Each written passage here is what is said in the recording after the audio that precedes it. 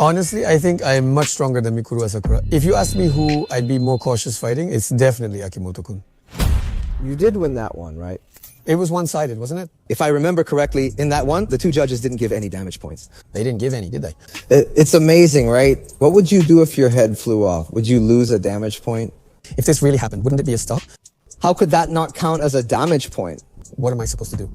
You want a clear explanation for that, right? It's just too unclear, the way they do things. I watched the Akimoto versus Okada Playboy match at the venue, and I'd like to hear your thoughts on that.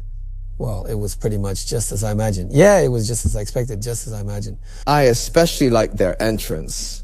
It felt a lot like pro wrestling. Didn't it have that pro wrestling vibe? I thought it was great.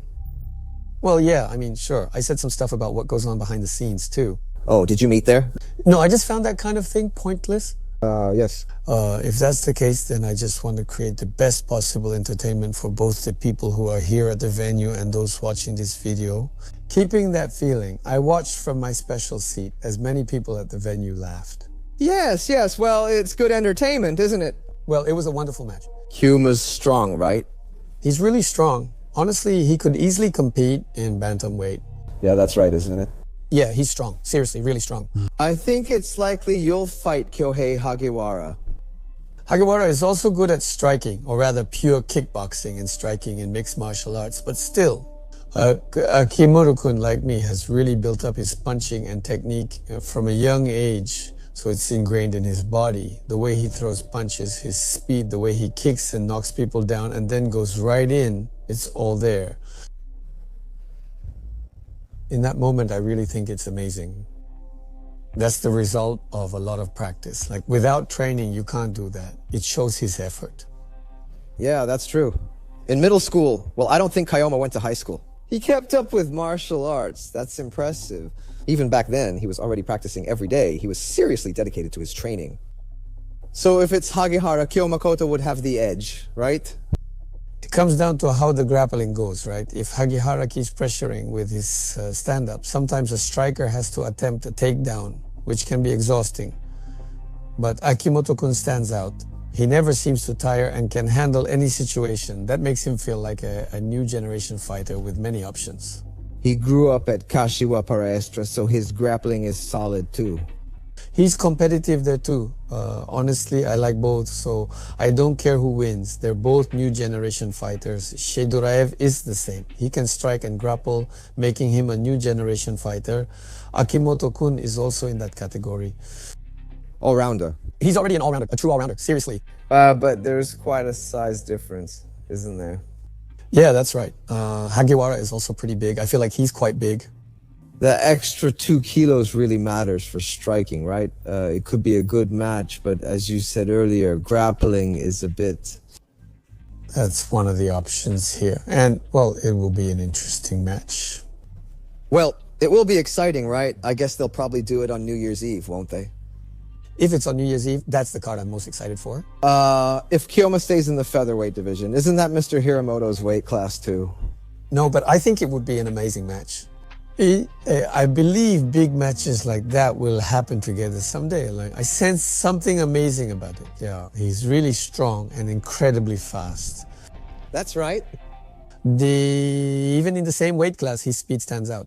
For example, Holloway was much faster in his recent fight with Poirier than during his featherweight days. His speed was unbelievable. Yeah. When he moved to lightweight, his one-twos were much faster than at featherweight. He was really hurting Poirier, wasn't he? I thought, oh man, he's strong. Having that kind of outstanding speed in the division is really important when it comes to striking. Yeah, striking is really important. I think being able to box quickly with that kind of speed, like pop, pop, pop, pop, instead of just landing one big, strong shot, is really important. So Topuria is fast even in lightweight, right? Yeah, that's right. He's fast, and that's really impressive. That kind of speed is amazing. Plus, if you can grapple, it won't be a problem. Well, I think I'm way stronger than Mikuru Asakura, no doubt about it.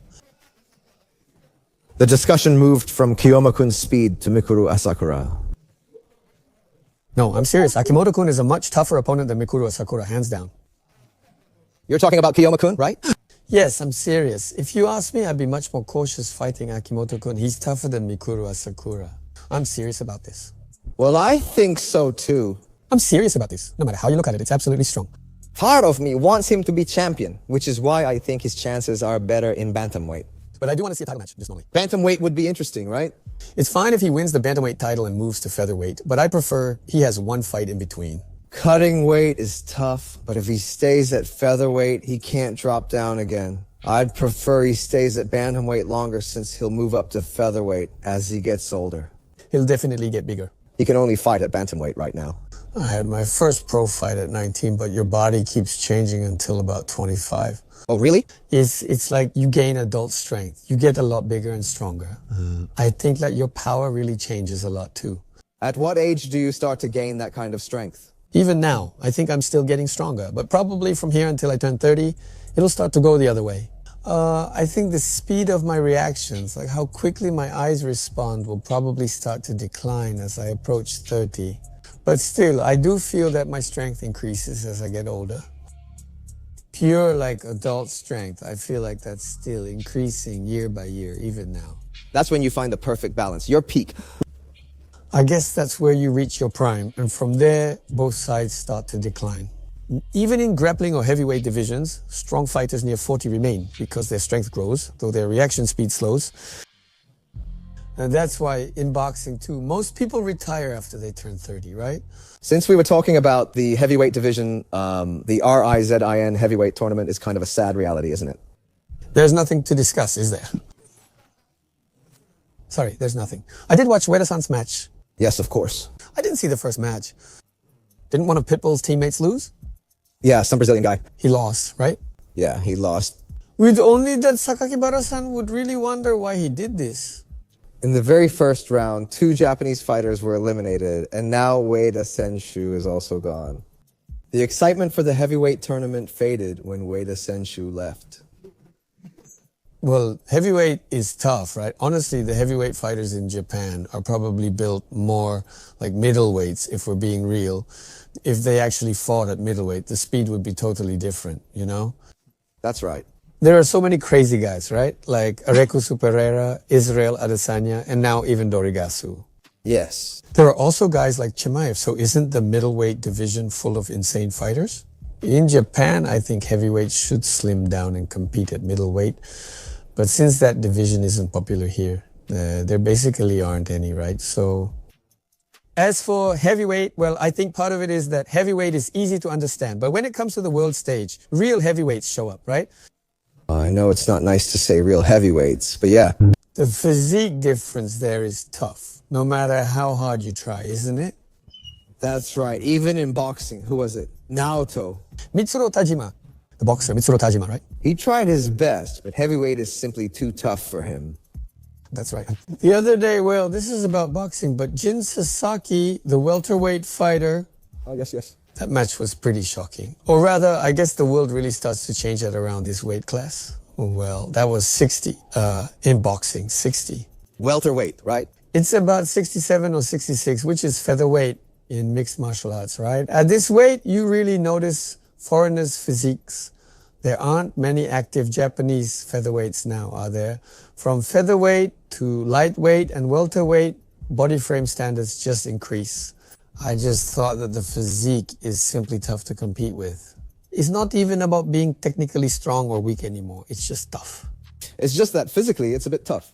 Well, in any martial art, the Japanese lighter weight classes are strong, aren't they? I wish everyone would just cut to middleweight and have a middleweight tournament. That's right. But you know, Nomura is in the 70-kilogram lightweight division. Nomura is pretty big, right? He's really big, isn't he? That's why I think he's definitely a lightweight fighter. Oh, yeah, I see. But he's actually pretty short, isn't he? But he's big, you know? And he's fast, too. Isn't he fast? He just zooms by. He won that one completely one-sided, didn't he? Yeah, it was totally one-sided. I don't think either judge gave damage points for that, right? Yeah, they didn't give any. Isn't it amazing? What would it take for a neck to fly off or be severed to get damage points? Even if it gets to this level, wouldn't they still stop it? I mean, really? Yeah, exactly. So if that doesn't count as a damage point, what are you supposed to do? What are you supposed to do? I think so too. You want a clear explanation, right? But even if you hear an explanation, it's still a live thing. It's something that happens in real time. And since it's an interaction between people, there will always be some discrepancies, right? That's why you really need a clear point, seriously. If you only get that explanation, in the end, you'll just feel like you've been explained to, but you won't really be convinced. It'll just be them explaining things to you, that's all. Yeah, a lot of times it just ends with, oh, okay, it's case by case. For example, when Asakura Mikuru fought with Suzuki Chihiro, the match wasn't stopped at all, right? Oh, yeah. In that JMOC thing, they said Suzuki Chihiro has knockout power, so making him stand would have been a disadvantage, so they didn't. I think they explained this in a video or maybe on Twitter, so does that mean if the fighter didn't have striking power, they would have made him stand up? Wouldn't it seem unfair at that point? That's why it blew up on Twitter. And then when we went to the RIZIN event in Korea, I was there as Nakahara-san's corner. The referee came again to check and confirm the rules before the match. Nakahara-san's strategy was to go with grappling. The opponent was a strong Korean boxer, a fighter with powerful punches. So since he had knockout power, even if we took him down, I asked if, like with Mikuru Asakura and Chihiro Suzuki, they wouldn't call a break this time, but they said that wasn't true. They said if there's no action and you're not making any moves toward a finish, we'll stop it. But if they say action and you only pretend to move without real change, isn't that just creating a premise instead of actually working toward an ending? No, that's not what I mean. They told me, don't worry, we'll judge that ourselves and make sure to handle it properly. So I just said, okay, I understand. But honestly, what else could I say except, okay, I understand? Yeah, I mean, you can't really complain about that. I can't complain much. If I say something odd, they'll think I'm annoying and I don't want unfair treatment. So I can't push back much. It's scary. So it changes depending on the player, right? It does change. Yes, I see. That's how it is, right? I wonder how it is. It's simply a lack of explanation. No matter how often I hear it, I can't accept it. Well, I get it. I kind of get it. I get it. But it's just too unclear. That's what's... I see. It feels like I'm being sold something that doesn't exist. Yeah. Is that so? Then it's even harder for the players, right? Yeah, you feel a bit uneasy, don't you? And if you complain too much to the referees, you might leave a bad impression on them. And if that affects things, you wouldn't like that, right? It kind of feels like that might happen, Like, well, whatever, let's go with this one, all right? They're definitely going to look at it with some bias, aren't they? Whether they're hoping you'll lose or wanting you to win. So I can't really say things like that too much, but that's why I think it would be better if the rules were clear, like using the round must system. Yeah, well, it's easier to understand. If you sum it all up simply. Yeah, that's right. So it should be easy, right? Even DEP uses the round must system, so Mr. JMOC could use it too, couldn't he? So it's not really something that's hard to change. That's true. Sorry, I forgot what we were discussing. That's heavyweight. That's definitely heavyweight, right? That was the part where Nomura didn't get any damage points, right? With Nomura-kun. He'll likely face Souza in September. It was decided today. Thoughts?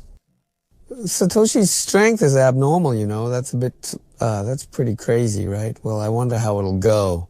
I thought it was fast. I was like 2 months later. Yeah, that's right. I figured it was okay to do it on New Year's Eve. Nomura-kun is huge and the weight cut was tough, but he finally finished. This fight just ended, but with another in 2 months, many flyweight fighters will likely miss weight in their second bout due to the quick turnaround and immediate need to cut weight again. Yeah. Yeah, this is a tough issue. It's only been 2 days since the fight ended, but I should start watching my diet again soon. When I think about the fact that it's already less than 2 months away, I'm worried that the stress from that might make me miss weight. Yes. If it's a tournament, you have to, since the schedule is fixed, but for a title match, right? For Nomura, New Year's Eve works fine. New Year's Eve was fine, right? I still want to support Nomura. No, I want to support him too, and I really want him to win, but I just think it's amazing. Just like that 2 months later. Plus, having to fight Souza as well. For now, I'll fight with Patricky, and then fight Satoshi 2 months later. That's amazing. In mixed martial arts, well, in kickboxing or Muay Thai, that might happen. Yeah, right. But in mixed martial arts, it's a little different. As I thought. Yes, Nomura, do your best. Really, do your best. I'd like to ask you a few things about the flyweight tournament. It's pretty tough that only one person becomes the reserve, right? How do you decide who it is? But it's a popularity vote. A popularity vote, huh? That's right. Seki-san mentioned it the other day. On your next streaming, it looks like those who lost will likely have to do something as reserves, depending on the popularity vote. So they'll have to be a reserve one more time. Like a loser's revival. I see. It's like adding elements. Okay, huh? Then why don't Yuki Ito and Hirotani do it? No, I predict Ougikubo versus Hirotani. Wait a minute. Doesn't it seem likely? I mean, doesn't it seem likely? Okay, if Ougikubo-san becomes the reserve, that's fine. But I feel like being the reserve is definitely the best position. Huh, really? Even if you don't win, you still face the champion directly. Well, if it's Mr. Ougikubo... Yeah. Isn't that fine? So in terms of achievements too, I think Mr. Ougikubo is good as the reserve. But you still want the 20 million yen prize, right? That's right, the prize money. But if it's a direct title match... But what does it mean if Ougikubo-san is out? For me, the strongest guy is... It's a popularity contest, isn't it? Well, but Ito Senshu won't be out, right? He won't. He's popular. What about Motoya Senshu on the other hand? No, but doesn't he seem pretty popular too, after all? Oh, really? But performance-wise, he hasn't done anything that impressive, has he? Well, but he's still popular? Ougikubo-san seems to be disliked for some reason. Even after beating Jose Torresu, people kept saying things about him. So, doesn't it seem like he might get left out because of how things are going? That's really amazing luck, I thought. Wanting to fight the strongest guy. And on top of that, doesn't it seem like it would become a huge topic? Yeah, it would definitely become a hot topic. Yeah, it would become a hot topic. I see. That's tough. That's my prediction. That's what I think will happen. So if the winner doesn't become the champion, and instead the winner gets to have a title match with Ougikubo-san, I can accept that, but if the winner becomes champion and Ougikubo-san must defend the title, that's a bit... Oh, I see. That's how it is. That's not right. You become the champion, don't you? That's true. Maybe there's even a chance for a title match. That's good, isn't it? By the way, was there any match or fight in the flyweight tournament that left an impression on you? If you mention that, it would be my match with Shinryu against Arsene-kun. Yes. Honestly, there were parts I wanted to see more of. Well, it can't be helped since it's a competition, but still, the way Shenlong quickly locked in that guillotine there, he's really strong. It's amazing, isn't it? That match was the fastest, or at least progressed quickly. Plus, Kajamatov's knockout. Gajamatov is strong, isn't he? I thought he might have been pretty exhausted, but he was still able to get that knockout in the third round, so he's really strong, seriously. He's strong, isn't he? I thought it was going to be a decision. Even though he was exhausted in round 3, he still landed a big punch. He's strong. Isn't he the favorite? But... Oh, really? So, Hirano-san, who would you pair in the second round? Ito versus Motoya. I see, yes. Gajamatov Shinryu. I knew it. Ougikubo-san is probably out in the outfield, and from our side, isn't he number 1? That's true if you want an interesting match. Isn't that the one that swings most? Strikers likely don't want to wear each other out. Yes. A Gajamatov versus Shinryu match would be more exciting than Motoya versus Shinryu. Gajamatov versus Shinryu sounds good. Yuka Ito versus Motoya would be intense. That's interesting too, for sure. Right, no matter who reaches the finals, it'll be interesting. Yes, that's true. And Ougikubo-san, isn't he fascinating? That's true, Ougikubo-san. That's kind of right. I feel like I'm starting to see it. You can really see it now, right? I can see it now. You can see it now. No way. I pity Ougikubo-san. If Jose Torres returns in a loser's revival to face Ougikubo again, that would be something. Wouldn't you question if the tournament has any meaning? Are you interested in tournaments? What would you think about a featherweight tournament? A tournament, huh? I wonder about that. Isn't it actually kind of hard to get people excited about tournaments? Instead of a tournament, wouldn't it be more interesting to have something like 4 featherweight matchups? You know, like bang, bang, bang. Something like that would be more fun, I think. But with tournaments, I feel like everyone gets too focused on just winning. So the matches tend to get kind of stiff. In the Bantamweight tournament, there were some finishes, but there were also a lot of decisions, right? Since there's a next round, you end up thinking about that too. You also worry about injuries, so you avoid pushing too hard. Even if you get hurt, you just think, if I ride it out, it'll end soon. In a tournament, you just ride it out. So in that sense, tournaments make it pretty hard for the match to really swing. In the first round, you get really tense. Yes. Well, I guess that's probably true. That's certainly true. If you're going to have a tournament, it might actually be more interesting to just have them fight normally. An interesting matchup. Wouldn't it be interesting if it was a one-day tournament, like K1? Shall we do it in mixed martial arts? No, I definitely won't do it, though. That's dangerous, you know. Isn't a one-day tournament like K1 exciting? That's what makes tournaments fun, right? Do you see what I mean when I say the winner is decided today? Yeah. That sense of tension. And on the other hand, in kickboxing, everyone goes for the knockout, right, from the very first round. So It's the opposite, right? K1 kickboxing tournaments are fascinating. Yeah. Everyone aims for knockouts. So that's why the recent RISE tournament was so awesome. Yes, yeah. You know, when that guy won, the Thai guy. Oh, right, that Pech guy. That's why in kickboxing, everyone except for those strongest Thai fighters goes at it like this. So it made things interesting. But in mixed martial arts and tournaments, it feels kind of bland. Well, since there's the ground game, that part feels like the safest option after all. Yeah, that's what lets you move to the next stage, right? That's right, definitely. And the players too, they want to win. That's definitely the right thing, isn't it? Everyone does. And me too, I try to avoid getting injured as much as possible when I go into a match, even with the decisions. That's right. But hey, was that fight between Ougikubo and Torres really that boring? No, I thought it was interesting. There were a lot of development. It's not like Torres was just lying there unable to do anything. He kept getting up easily because he's big and he was striking too. It was interesting. It was interesting, right? If people call that a boring match, there's nothing you can do. No, people were making a huge fuss calling that a boring match. But the moment Mikuru Asakura's match ended, nobody said anything anymore. Honestly, the main event was way more of a boring match. Right? Just thinking about how that played out. I thought the main event was much more boring. Yeah, I feel the same way. Yeah, that match was way more interesting. What are your thoughts on the recent Yaman versus Kanahara match? Well, but in the end, Yaman really showed his spirit. And the moment Kanahara stood straight up in the corner and started guarding, I thought, this is tough for him. In the end, that uppercut likely didn't land clean. Yes. By then, his spirit was likely already broken, and Yaman finished him off.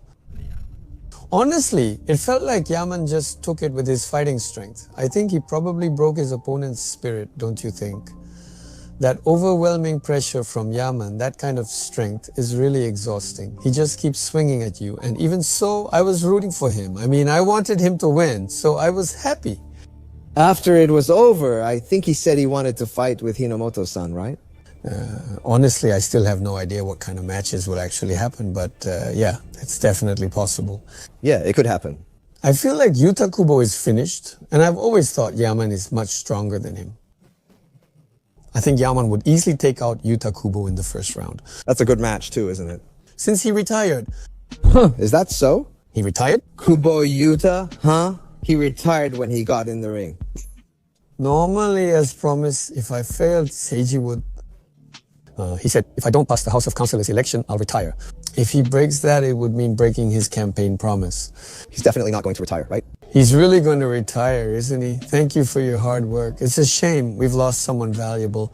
Seriously. No, he'll definitely come back. He'll definitely come back. Huh, is there some kind of history behind this? No, well, not really in particular. You were messing with X a lot, right? No, not really. No, it's just, yeah, not really. But honestly, his achievements in K1 are really amazing. Oh, yes. When I was in elementary school, I was a fan, you know. You already mentioned that, right? But as he got older, Yuta's nice guy mask gradually started to peel off, and I began to think, oh, this guy's gross. Well, he does give off a bit of a psychopath vibe, but as a fighter, he's definitely amazing. That's amazing. I mean, hasn't he had a really long career? Because he's been in K1 since the very first lightweight tournament, and now he's still in RIZIN. Yeah. That's pretty amazing, right? Considering his age. He's 37 years old, and he's been doing this the whole time. I think he's 37, yeah. But it's amazing that he kept doing it all this time. He'd been doing this for over 10 years, right? Maybe it's been about 15 years. But, you know, his face doesn't really look worn out or anything. He's still doing pretty well, isn't he? But it seems like they've already retired. It seems like they've already retired? It's sad, isn't it? It's a bit disappointing, isn't it? Well, with things going like this, I don't want it to end here. I really hope your younger brother does his best. Yeah, that's right. With Tomizawa, yeah. Well, I'm looking forward to it. I will fully support my younger brother, who's become a good man. So it's a match I really anticipate. Tomizawa is a good opponent too. Yeah, it's going to be exciting. He's working hard and clearly improving as a fighter. Tomizawa, right? I always thought he was a good fighter. That's right. I also greeted him at the venue and said I'd cheer for him in September. Honestly, that's just how I feel. No joking or anything. Yes. I think it will be a great match as an athlete. Yeah, that's right. I'm looking forward to it. Thanks for your time. We went right up to the end, but yes. Everyone, please be sure to follow Hiramoto's new X account from the description below. Please. Thank you very much. Yes, thank you very much.